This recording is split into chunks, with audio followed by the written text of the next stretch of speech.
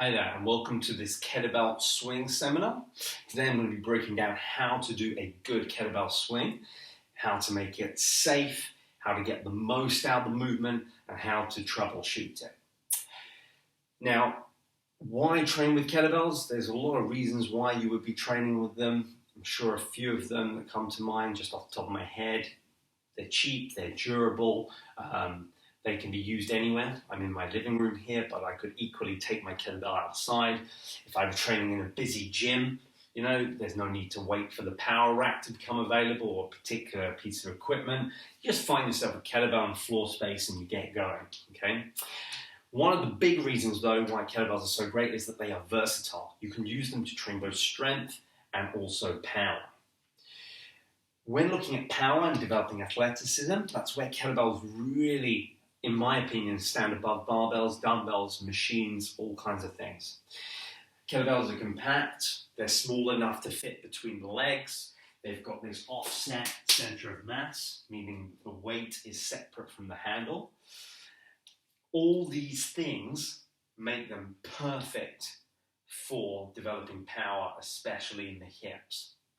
Now, if you look at any sporting movement or any movement done well, generally speaking, the hips will be the drivers, okay? The hips are the driving force behind the movement. The arms and the legs will guide or project that force, okay? So this is why I really love kettlebells. It enables regular people in their own home to train like an athlete. The same way an athlete goes and jumps, kicks, tackles, does all these things using their hips, you can do the same thing in the comfort of your own home with a kettlebell and a little bit of floor space, okay? And that's regardless of your age, regardless of whether you've been involved in sports or if you're currently involved in sports, it doesn't matter. It enables everyone to train like an athlete. Now, this is important because the hips, this is the powerhouse of the body. This is what gives you the strength when you're older to stand up out of a chair by yourself. It's what gives you the strength when you're older to pick yourself off the ground if you've tripped. It gives you the strength to move things around your house without asking someone else to come and help you. It's really important that we keep the hips strong. Okay? So the kettlebell swing, in my opinion, is the best choice for that. Now, when we're going through the seminar today, I want you to keep two phrases in mind through the whole thing. The hips drive, the arms guide. Okay? So the hips drive, the arms guide. Okay? If you remember these two things, whenever you're doing kettlebell swings, and later when you move on to maybe kettlebell cleans or kettlebell snatches, you will do well, okay? The hips drive, the arms guide. Keep those two things in mind. Hope you enjoyed the seminar. If you've got any questions afterwards, drop me an email, please. Happy to help. So, this first part of the seminar is going to be on fundamentals and foundations. So in this part, we're going to be looking at how we connect ourselves to the ground and how wide our feet should be, how turned out our toes should be, all those kind of things. The second part of this fundamentals and foundations part of the seminar is going to look at how you hinge at the hips. Okay, so really basic stuff here, but I would urge you not really to skip over this for the simple matter that everything we do today is going to build on top of the previous things. Okay, so if you miss stuff here, stuff later is not going to make sense, and you might not get as much out of the latter stuff than if you go through the drills here with me, okay? So, area one, connection to the floor. Now, when I teach people to do a kettlebell swing, I want them to have a ritual. I want them to be consistent in that every time they approach a kettlebell to do a set of swings, they are approaching in a way that is mindful, but is also consistent, okay? If your setup is right and you go through all that, the rest will generally take care of itself. And this is true of nearly every lift. I've found that if you nail a setup, you will nail the movement. So, how do we set up for a kettlebell swing? We set up in a way that enables us to be decently connected rather to the floor. Now, for most people, a hip width to shoulder width stance is going to work for them. But I am a big fan on not necessarily finding optimal from stage one. It's just about being consistent. So what I teach people to do is to go feet together and then spin your right toes out to point the side of the room. Keeping this leg fixed and my heels down there, you would have noticed. I'm now going to keep this leg fixed, pull my heel up, and spin my toes to face the front of the room. Okay? Next up, keep this leg fixed, do the same on the other side. Toes up, spin on the heel, toes down, heel up, spin on the toe. I'm now going to be in a position that suits my height. Okay? So if you're taller, obviously, and you've got bigger feet, you will end up wider. If you're shorter, you will end up narrower. So it's a nice way to just be consistent. Now, like I said, this doesn't have to be 100% optimal. Some people will find going a little wider or a little narrower is going to help them.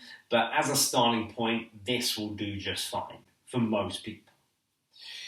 We're then going to basically find the right position for our toes. Now, you might assume here, oh, this foot's out or this foot's out. Let's adjust them and make them match. Don't do that. People are not symmetrical. No one I have met is perfectly symmetrical. And as such, no one should be doing exercises in a perfectly symmetrical stance. It won't suit your anatomy. Okay? So what we're going to do to find the optimal turnout for our toes is we're going to pull our toes up. So now I've got my heels in contact with the ground and the balls of my feet.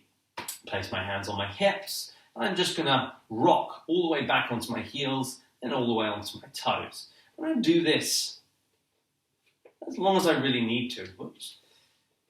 Just forget about your feet. Just stay in the same stance. Heel, toe. Freeze. Okay?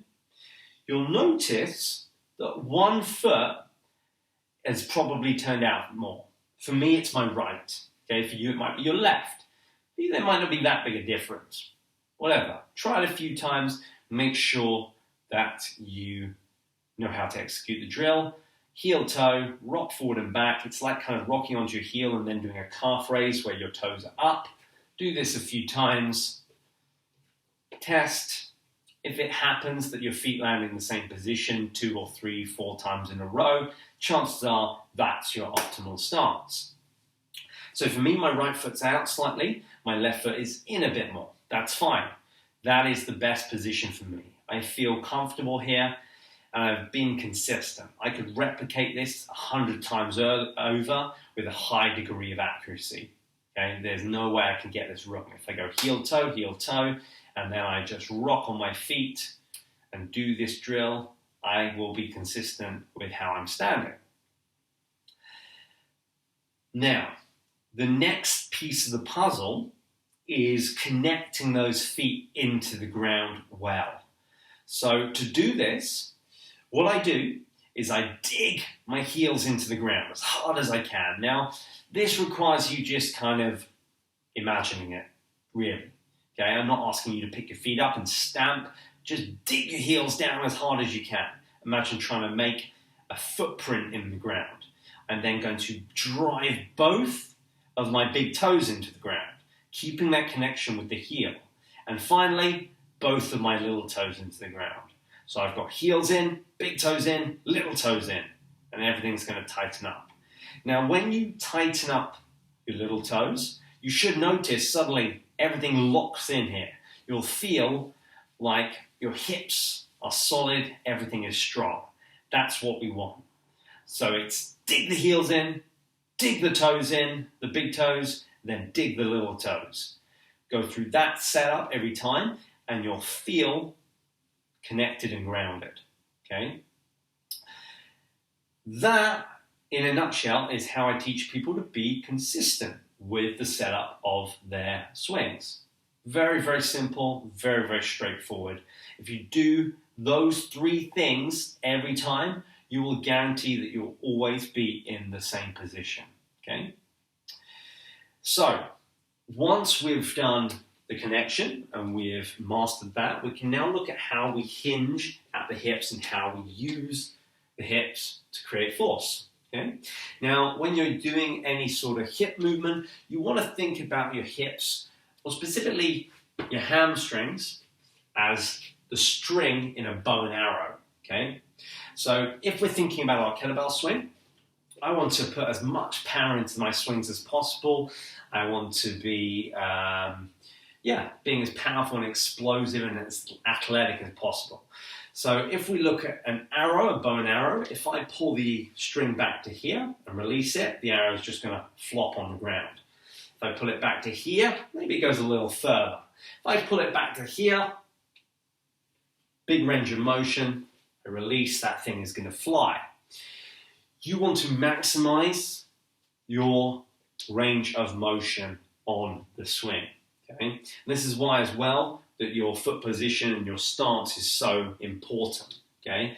If you're forcing your body into unnatural positions and turning your toes straight ahead, you're going to be getting bone on bone here. You're going to be getting kind of physical blocks that are going to stop you from accessing all of your range. So going back a step there, that's why the foot position and things like that is quite important. So coming back now to how to hinge, we need to be thinking about our kettlebell swing as firing an arrow from a bow. You want to maximize the stretch reflex you get out of those hamstrings, okay?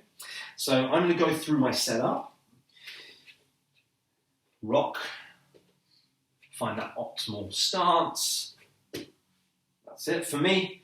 Right foot turned out slightly. I'm going to go heel, push them in, big toe, push it in, little toe, push it in, locked in here. So now I've got a solid connection to the ground. Take my arms out, and I'm going to place this part of my hand right in the crease of my hips. So like a karate chop, like this. Place it in my hips. From here, I'm going to stick my chest out. Keep my eyes forward, and I'm going to push my hips back as far as they will go. From here, I stand up. Again, push the hips back as far as they will go. You'll notice that you'll get those hands trapped between your thighs and your pelvis. That's what we want. Chop, push back, stretch the hamstring, stand up. So you'll notice there that I'm trying to access as much range of motion as I can.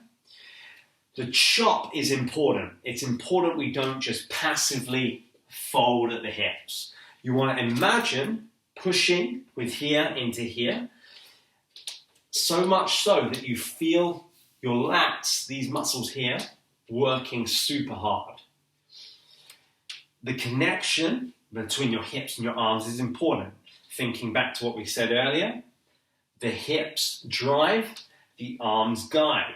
So these two areas need to talk to each other, even when practicing the basic hip hinge. So, once again, I get into my stance, rock, ground myself, hands on the hips, big chest, chop, and stand, and stand, and stand. Practice that drill as many times as you need to, going through that same methodical setup each time. It will serve you well for later. So the next exercise that we're going to do in this kettlebell swing seminar is going to be deadlift. This intermediary exercise is going to help you build up to doing the swing. It's going to get you used to loading up that hip hinge movement that we practiced in the previous part, but also it's going to allow you to introduce the breathing, which is super important to master if you want to get good at kettlebell swings. Now, we're going to use all of what we've learned in the previous part of the seminar and bring it into this part. So I still want you to be focusing on grounding yourself. I still want you to focus on being consistent with where you place your feet. Do not discount what we've already done. We're just going to add some extra bits here. So with the deadlift, we start in the exact same position. Okay, you get yourself into the right spot, except now the kettlebell needs to be between the feet. So I'm going to get myself in position, ground myself to the floor, grab that kettlebell, and place it between the feet. Okay? Now, where between the feet? I need it between the ankles. You'll see here that you can't really see the kettlebell. Okay? It's not in between my toes, it's between my ankles. So take a look, make sure it's between the ankles. If it's between the ankles, great. Okay? If it's between the toes, pull it back. Simple. Now, really, really important here that we don't look at the kettlebell. Okay, so when doing a deadlift, most of you will know what this is. It's important we don't look down. Okay, so take a look at the kettlebell. Then look away. It's still going to be there. It's not going to move. Okay, so I'm going to take my arms up. I'm going to then pull my arms down. Okay, so you should feel some tension in your lats here, okay, in your back. From this position, I'm going to literally just slide my hips back. So I'm going to imagine I'm doing that hip hinge drill from earlier. I'm going to slide my hips back, keep sliding back. And like I promised you, the kettlebell's still going to be there. You're going to wrap your hands around the kettlebell. Break the handle. Okay, so really squeeze it hard. Try and snap it in half. And stand with the kettlebell. Look straight ahead at the top. Keep breaking the handle. Place it down, keep looking straight ahead. Know where your heels are. Stand up.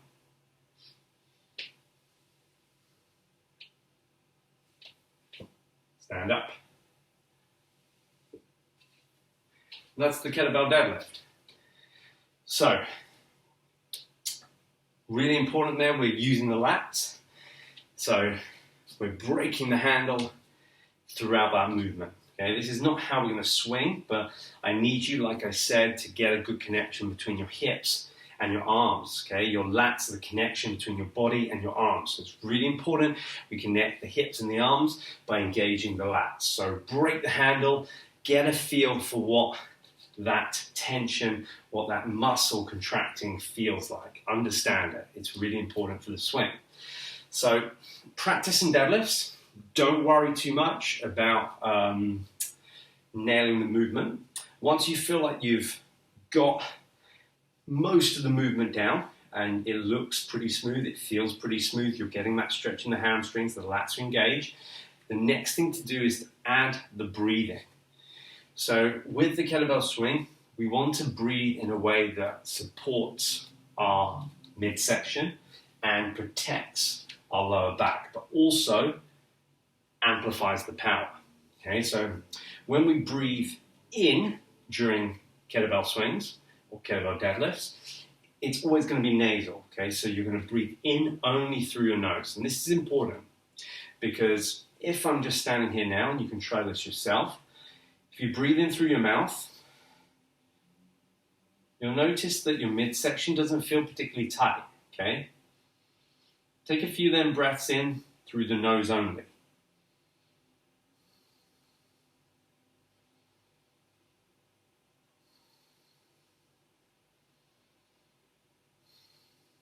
You'll notice that there's more of a feeling of pressure in your abdomen when you breathe nasally. Try it again, pause the video, try it again a few times. You will notice a clear difference. Breathing in and out only through your nose, you will have more pressure. The space here is smaller, so the air gets pressurized.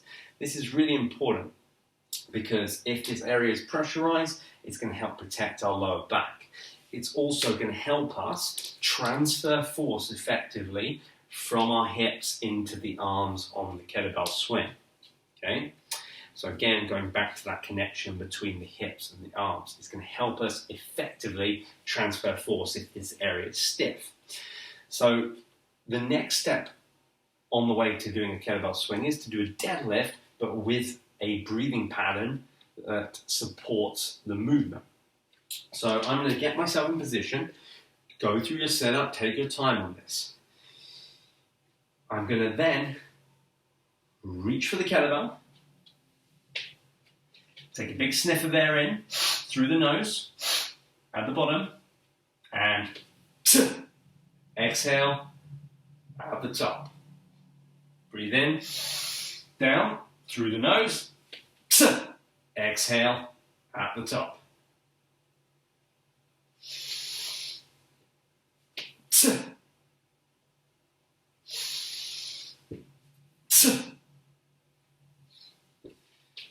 So I'm taking that nasal breath in on the way down through my nose. On the way up, I'm breathing a little bit differently. You heard it there. I'm making a hissing sound. So the way you do this, close your mouth, put the tongue on the roof of your mouth, or just behind your teeth rather, and you hiss. Okay, so it's very, very simple. Close the mouth, tongue at the top, on the back of the teeth, and you hiss. Okay? Again, this breathing style is going to support a strong midsection, and you can actually feel it in action by just putting your hands on your abs and doing that. You'll notice that your abdominals contract, everything gets tight. That's exactly what we want at the top of the swing to stop us from overextending at the top and making it into a scooping action or something else. Okay? So nasal breath in on the way down, pressurize, contract on the way up. So what we're going to now do is we're going to do another set of that. You can practice another set, and then we're going to add some other visualization into this, so some things to think about if you're having some trouble with this breathing pattern.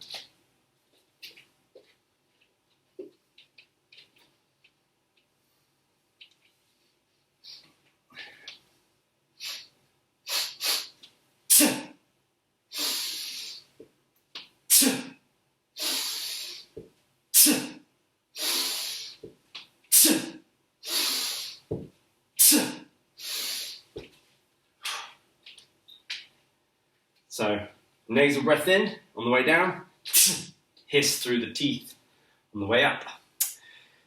So, what you want to be thinking about when you're doing your deadlifts like this is getting yourself trapped at the top between your glutes and your abs. Okay? So what I mean by that, okay, if you're standing up and your glutes are engaged, but your abs are not engaged, you'll generally scoop and overextend. This is probably the number one fault that most people have with kettlebell swings and deadlifts. Everyone knows they need to squeeze their butt. You need the abs to get online at the same time the butt gets online in order to finish in a nice straight position and not sway back like this. Okay? So you want to think on your deadlifts of getting yourself trapped between your glutes and your abs. So standing up at the top. Abs, glutes, both at the same time. So you want to basically time your breathing, that hiss, so that it coincides with the exact moment your hips lock out. Okay? So watch again and see if you can see that happening.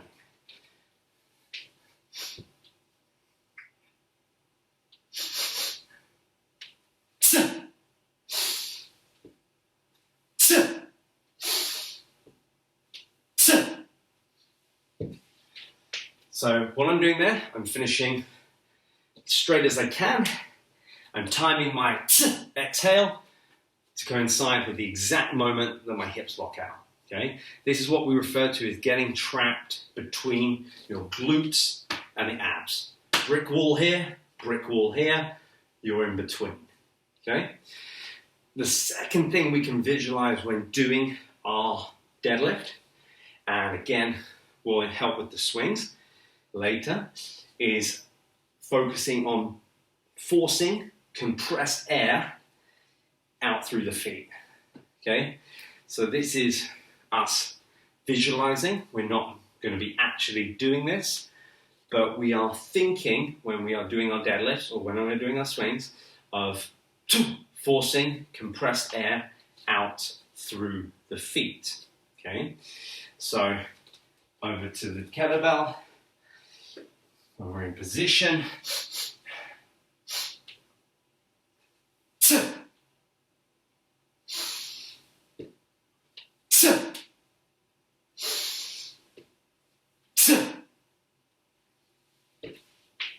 Looks the same.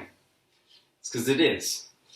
It's just another way of thinking about the move. So you can try both. You can try focusing on trapping yourself between your glutes and your abs. If that works for you, great. If it doesn't work for you, focus on compressed air through the nose on the way down, through the feet, straight up down on the way up to the top, or as you approach lockout. Okay, so try both those visualization cues out for yourself. Think about them and see which one works best for you. Okay. So this next part of the seminar is going to look at how we start to develop the ability to project power horizontally. We've just done the deadlift, and one of the difficulties with transitioning from the deadlift to the swing is that you're going from a movement where you're moving the weight vertically to moving it horizontally with no in between.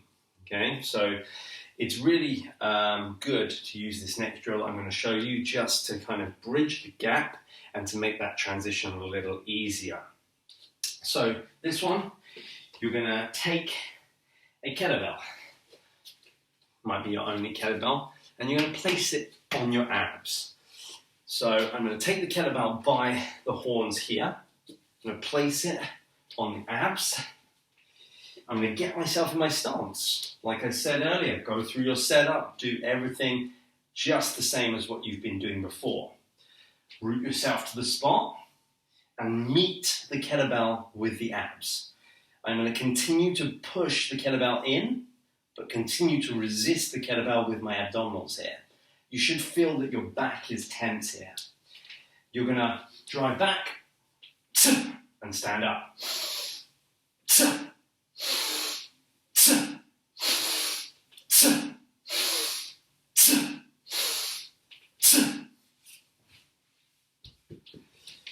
So that is it in essence. It's been called the goat bag swing by Dan John. It's him that invented it. And I really like it because you will see there that the kettlebell is traveling in a way that's more similar to a kettlebell swing than in a deadlift. It's not just hanging between the legs. This is now traveling forward and back like a pendulum, except the stroke is quite small. So it's a nice drill to get used to that feeling. Now, what we want to be thinking about on this drill is starting slow.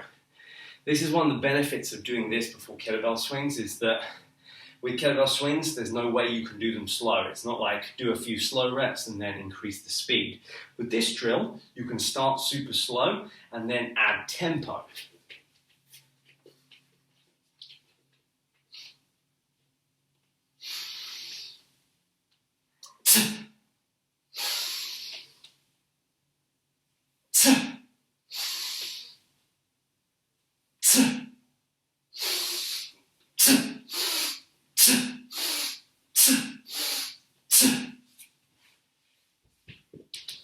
You can play around with the speeds. Start slow, really working on loading the hips, and then gradually speed up the pace until you're doing something that resembles a swing, both visually, but in terms of the cadence at which you're moving. So, like I said, kettlebell goes on the abs. Don't put it too low, it needs to be on the abs, but below the chest. You need to meet the kettlebell with your abdominals. Keep pulling in with the back. Okay, you need those lats working as hard as you can. Okay, and trap yourself, like I said earlier, between your glutes and your abs at the top of the swing or of the movement. Okay. Also focusing on driving down into the floor. Okay. Remember, just because we're going horizontal now with the weight, we're still pushing down vertically into the floor. This is important. People assume that when the kettlebell swing starts getting horizontal, they need to start getting horizontal. Not true. You need to finish tall in the same position. Okay. Now, before we move on to actually doing some swings, I'm going to introduce with this drill a really simple concept that we're going to utilize later. Okay. So we talked about the lats a minute ago.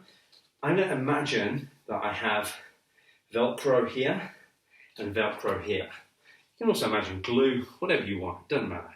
Okay, you're going to keep these two parts connected and together. Okay, this is really important. So when I'm doing this move, imagine that you've got Velcro or glue here attaching the upper arm to the torso. So imagining here my upper arm is glued to my torso, abs are meeting the weight.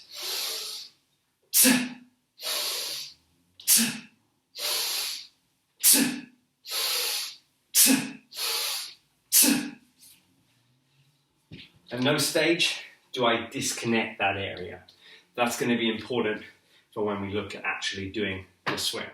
So for this next part of the seminar, we're actually going to get rid of the weight for now. This next bit, we're going to go back to body weight only.